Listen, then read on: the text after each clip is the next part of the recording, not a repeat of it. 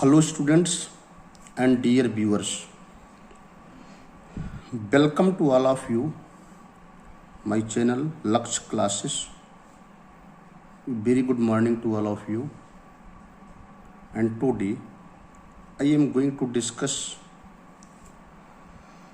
another very most important topic, that is cardiac output. So in this lecture we are going to explain about the cardiac output.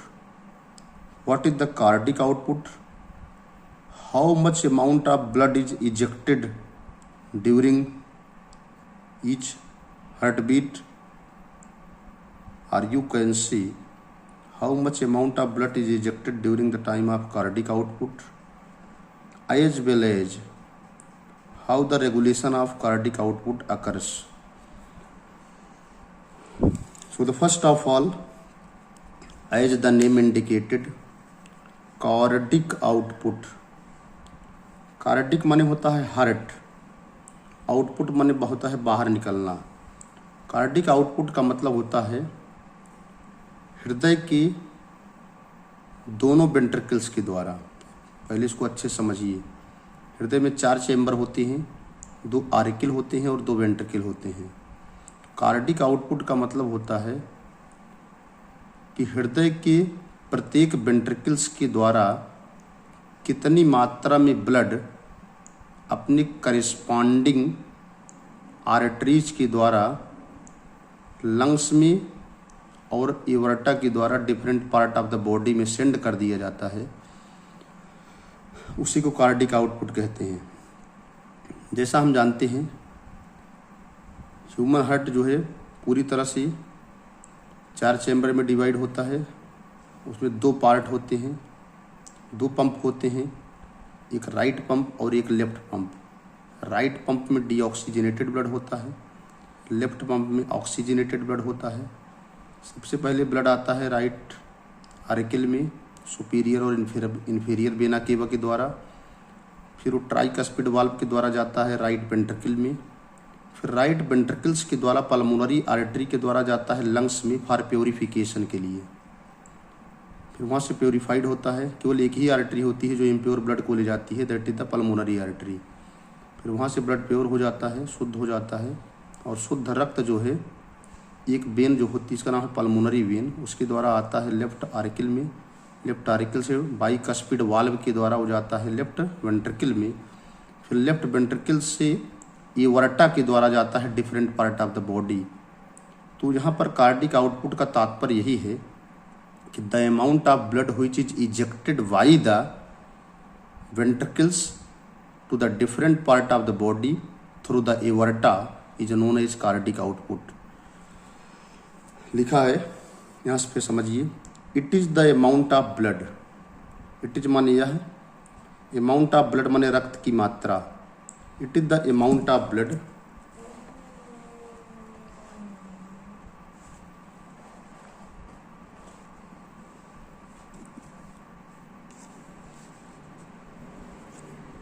It is the amount of blood, यह रक्त की वह मात्रा होती है, ejected from the heart. Ejected माने निकलती है, फ्रॉम माने से, जो हृदय से निकलती है, इन द एवर्टा माने एवर्टा के द्वारा, in the aorta per minute. Cardiac output का मतलब होता है it is the amount of blood ejected from the heart in the aorta per minute which is calculated as. It is the amount of blood माने यह रक्त की वह मात्रा होती है, इजेक्टेड माने निकलती है, फ्रॉम द हार्ट माने हृदय से। तो यह रक्त की वह मात्रा होती है जो निकलती है हृदय से। हृदय का तात्पर्य है लेफ्ट वेंट्रिकल से।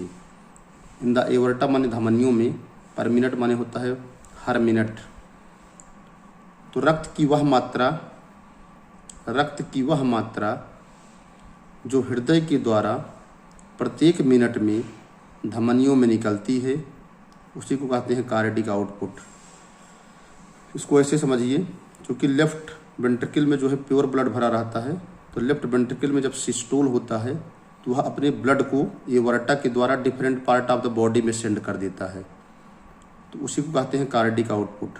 कार्डिक आउटपुट का मतलब होता है प्रत्येक मिनट, हर मिनट के दौरान हृदय के लेफ्ट वेंट्रिकल के द्वारा एओर्टा में जितनी मात्रा में ब्लड सेंड किया जाता है उसी को कहते हैं cardiac output.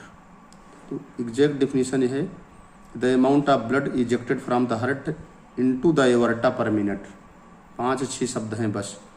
Amount of blood, रक्त की मात्रा, इजेक्टेड माने निकाल दी जाती है, फ्रॉम द हार्ट माने हृदय से, हृदय का मतलब यहाँ लेफ्ट वेंट्रिकल समझिए।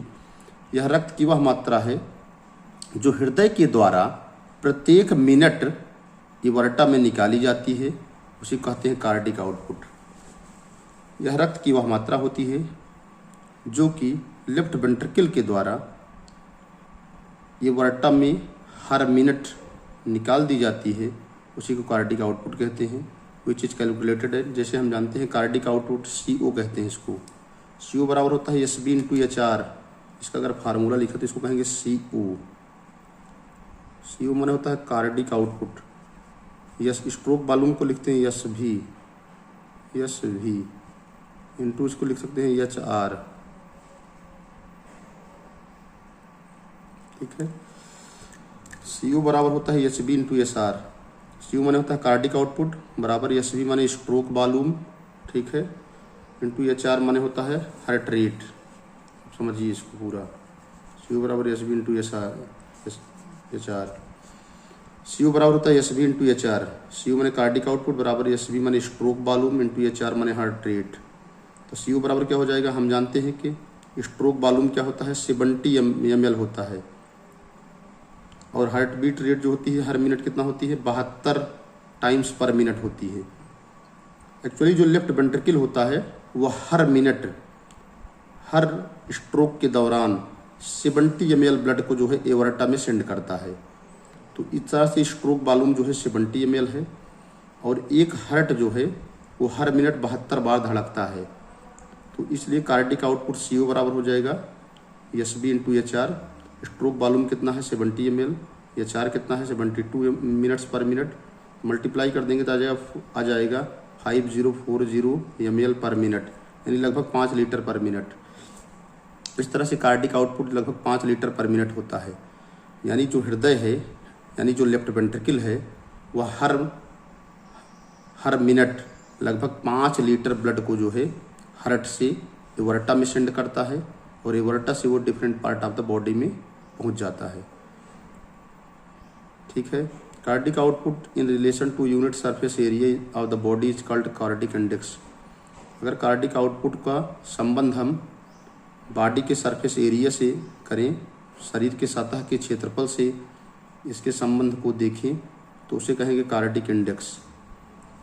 तो ये हो गया कार्डिक आउटपुट। अब हम बात करेंगे regulation of cardiac output. Cardiac output कुछ है नहीं, बस इतना समझिए। अगर आपको सिंपली समझना हो, the amount of blood which is ejected by the left ventricles to the aorta per minute is known as cardiac output. रक्त की वह मात्रा जो लेफ्ट वेंट्रिकल्स के द्वारा एओर्टा में पर मिनट भेजी जाती है उसे कार्डिक आउटपुट कहते हैं। CO बराबर होता है SB into HR। SB stroke volume जो है लगभग लेफ्ट वेंट्रिकल हर मिनट, मतलब हर बीट स्ट्रोक के दौरान जो है 70 ml ब्लड निकालता है, और 1 मिनट में 72 बार धड़कता है। तो 70 गुणे 72 कर देंगे तो आ जाएगा 5×4=40, लगभग 5 लीटर पर मिनट। रेगुलेशन है। नॉर्मली अगर हम नॉर्मल बात करें, नॉर्मली अगर हम बात करें, इसको समझिए, सामान्य रूप से normal activities of heart are regulated intrinsically. जो सामान्य गतिविधियां होती हैं हृदय की, वो नियंत्रित होती हैं इंट्रिंसिकली। इंट्रिंसिकली का मतलब होता है auto regulated by nodal tissue.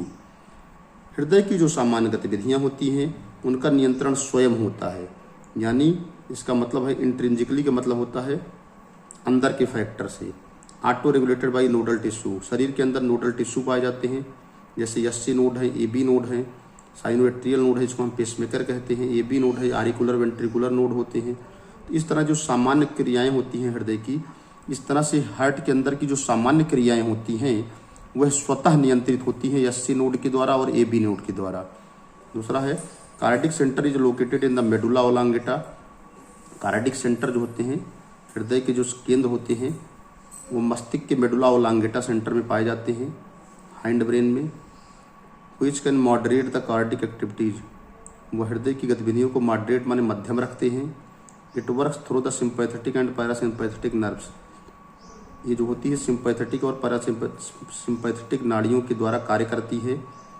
Hence माने इस प्रकार से heart beat is under ANS control, बहुत इंपॉर्टेंट है।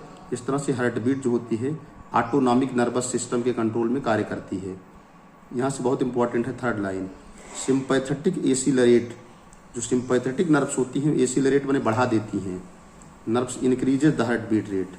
जो सिंपैथेटिक होती नर्व्स होती हैं, sympathetic nerves accelerate increases the heart beat rate. Sympathetic nerves जो होती हैं वह हार्ट बीट रेट यानी हृदय की धड़कन की दर को बढ़ा देती हैं।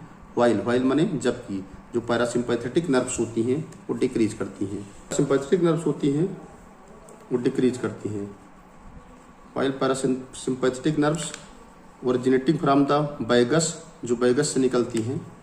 पैरासिम्पैथेटिक नर्व्स जो वैगस से निकलती हैं